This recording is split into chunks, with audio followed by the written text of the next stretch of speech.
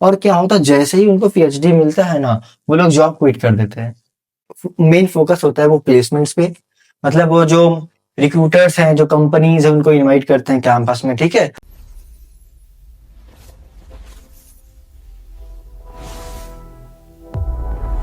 Hello students, I hope आप सब अच्छे होंगे। एंड ये वीडियो होने वाली है बहुत इंटरेस्टिंग। क्यों? क्योंकि इस वीडियो में मैं डिस्कस करने वाला हूँ ऐसे कुछ डार्क ट्रूथ जो कि आपको नहीं पता होगा आईसर भोपाल के प्लेसमेंट के बारे में। आई नो थोड़ा सा कॉम्प्लिकेटेड है, बट बहुत मजा आएगा ट्रस्ट में, अगर हम इस वीडियो को अच्छे से देखेंगे। जिन्होंने बोला हमको बहुत इंटरेस्ट आने वाला है। मैं आपको कुछ ऐसे इंपॉर्टेंट पॉइंट्स बताने वाला हूँ यार इस वीडियो में, जो आपको मुझे लगता है जानना चाहिए।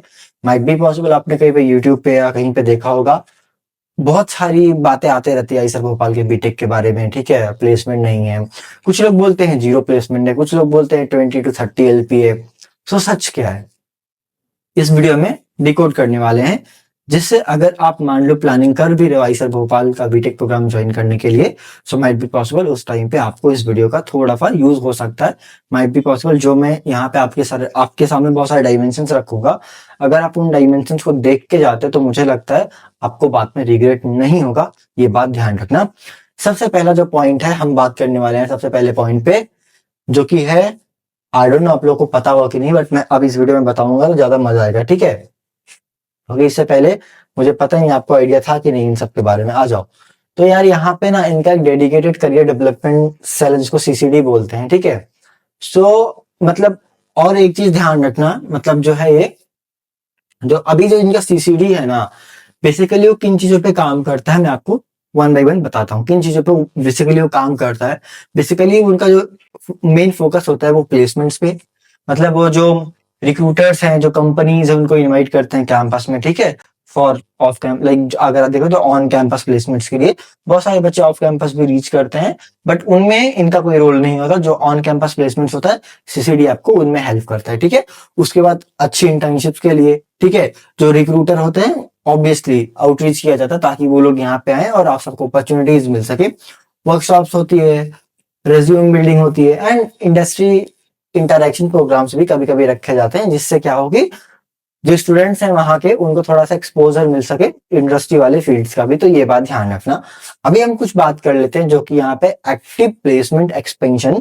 ये बात बिल्कुल सही है कि आईसर भोपाल काफी स्ट्रांगली अभी है वो प्लेसमेंट ड्रिवन जो है, इनका जो सेल है सीसीडी, ये काफी अच्छे से काम कर रहा। द रीजन इसीलिए इन्होंने आईसर भोपाल का जो स्पेशली बीटेक प्रोग्राम भी लॉन्च किया गया स्पेसिफिकली।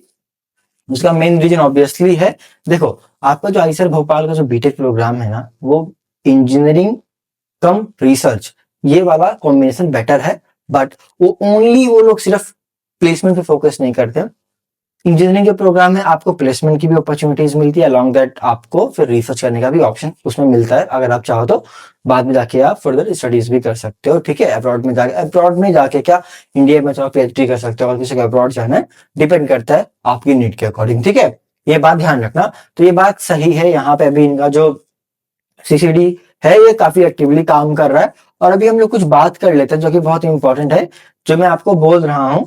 जैसे अगर मैं बोलूँ ना, तो यहाँ पे आपने कुछ बहुत कॉमन मतलब रिक्रूटर्स का नाम सुना होगा, जैसे कि टीसीएस हो गया, डिलॉइट हो गया, ठीक है। टीसीएस रिसर्च एंड इनोवेशन जो वाला, ये जो इनका ये वाला मतलब स्पेसिफिक एरिया है। सो आईसस में स्पेसिफिक यही एरिया जो काम करता है, ठीक है। यही जो इनका रिक्रूटर सेल है, यही जाता है, यही बॉडी आईसस में जाता है आईसस वाले बच्चों के लिए। बिकॉज ऑब्वियसली आईसस में आपको रिसर्चर्स ही मिलेंगे, तो यहाँ पे जो इनका R&D वाला डिपार्टमेंट है, वहां पे आपको थोड़ा कम मिलने का चांसेस होता है, ठीक है। एंड फिर आपका जो टाटा कंसल्टेंसी सर्विसेज है, ये लोग भी यहाँ पे आते हैं। इन लोग का भी काफी एक्टिव जो है वो प्रेजेंस होता है आपका प्लेसमेंट के टाइम में, ये बात ध्यान रखना, ठीक है।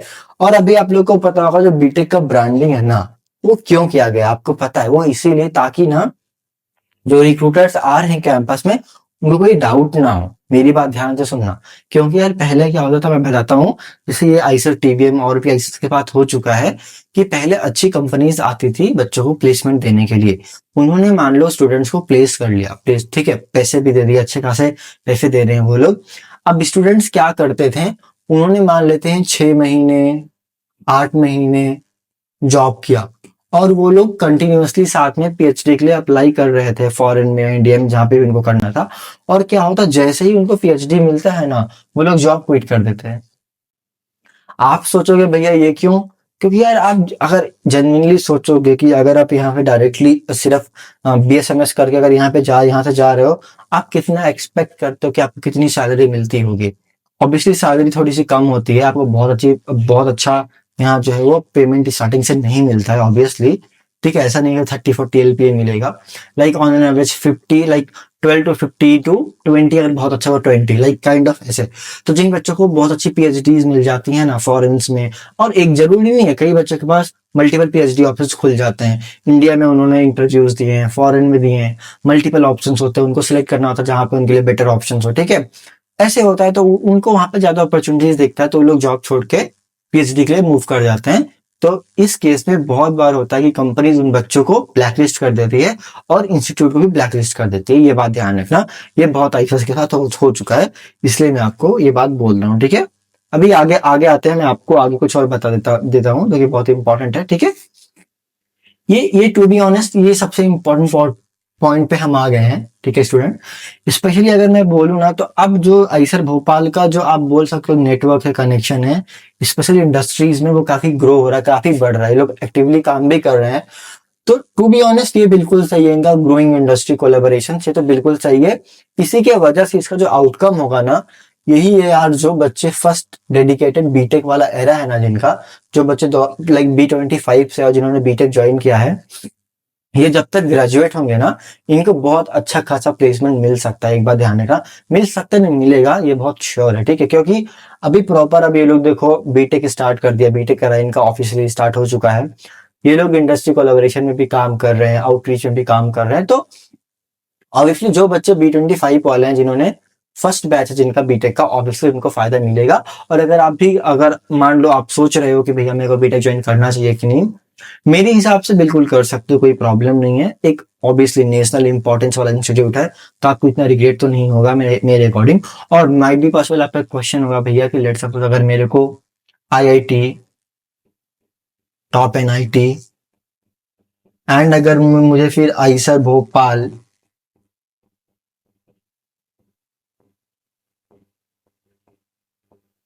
का बीटेक, ठीक है, अगर आपका ये क्वेश्चन है कि भैया मुझे इनमें क्या चूज करना चाहिए, तो मैं इसके ऊपर एक डेडिकेटेड वीडियो ऑलरेडी बना रखा हूँ।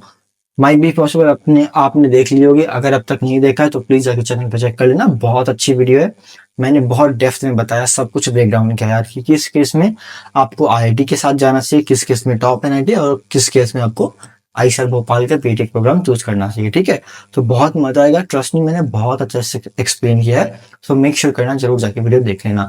इन केस स्टूडेंट्स कोई भी डाउट है तो please let me know in the comment section, और प्लीज बताना ये वीडियो कैसा लगा। इस वीडियो को लाइक भी कर दो, चैनल को सब्सक्राइब भी कर लो। मैं मिलूंगा नेक्स्ट वीडियो में, तब तक के लिए bye bye, take care, see you soon guys.